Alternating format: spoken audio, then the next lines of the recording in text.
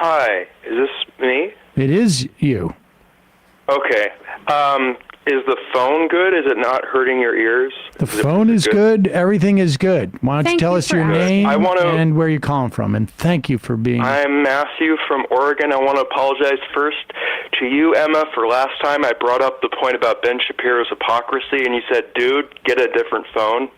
Oh. So I really wanted to apologize about that. Oh, I'm sorry. No, don't apologize. Emma's been talking about it quite a bit around the office. So appreciate you fixing that. We have so many people that call in and their phones are a little messed up, so I really don't remember what you're referring to, but I apologize if I hung up on you. Oh, yeah, but so I'll get into the two facts having to do with international law that I would love for you guys to expand on, and if you're actually hearing other people throughout the media or the mainstream media making these points. This has to do with Israel and Gaza. There's 2 points I'd like to make, and they are, one, even if a combatant is in a civilian location like a hospital, a school, a UN facility, Israel does not have the lawful right to strike that place when they're civilians. So when they say, oh, Hamas is forcing us, that's a bullshit claim I hear all the time. And the second thing I would like to bring up is I've heard this from an international expert, an expert on international law. In the case of Gaza, because Gaza is not a state, it's not a country, and it's controlled by Israel. When Israel says we have the right to defend ourselves, that really doesn't apply in this instant with Gaza. Maybe if like Iran, well, we all know what Iran did, but they could make that claim about Iran. But when it comes to Gaza, because it's under their control, they really can't say we have a right to defend ourselves. Yes, occupied territory. I mean, under my understanding of international law is the same, at least in the second part that you mentioned, and that I think technically under international law, if you are under occupation, you have you have basically you're allowed to resist in any shape or form. Now, there is arguably, a question as to whether Gaza is technically occupied, but I think most international experts would say that it is, because they don't have control of their borders, and they don't have the ability to issue a passport, and they don't have.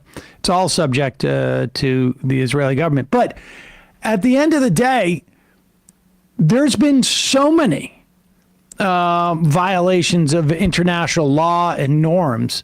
It's possible in a couple of years the ICJ will find that they were engaged in genocidal acts, but.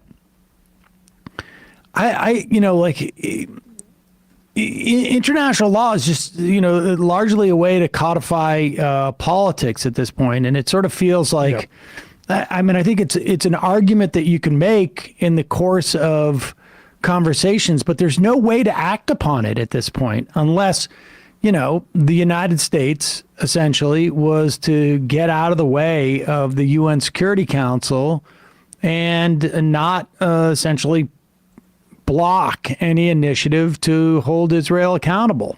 I mean, they did not veto that latest ceasefire resolution, but the point is just that all of their actions leading up to that abstention gave Israel the impunity to disregard the ceasefire resolution, because the Biden administration... It's not like it's the first time they've disregarded a UN resolution, right? The 242 and... Yeah. No, I'm aware, but like the level of international attention is increased given the level of the atrocities. I think it's just a deeply disappointing moment for people like myself who try to vote for Democrats as a better option for Republicans, to see how cynically international law was used as it relates to the administration's posture towards Ukraine versus their support for this genocide. And that's why I think using the word genocide and being instructive about what it means is good for future generations, because it democratizes the term, and hopefully years down the road we'll have a Democratic administration that will have internalized that public education. I mean, there has to be a fight over that term because our State Department is willing to deploy it wherever it wants to get involved and not when it's actually acute. And I'm open to having an open definition of genocide, but like the way it's like the cynical way it's been deployed is just disgusting. Appreciate the call.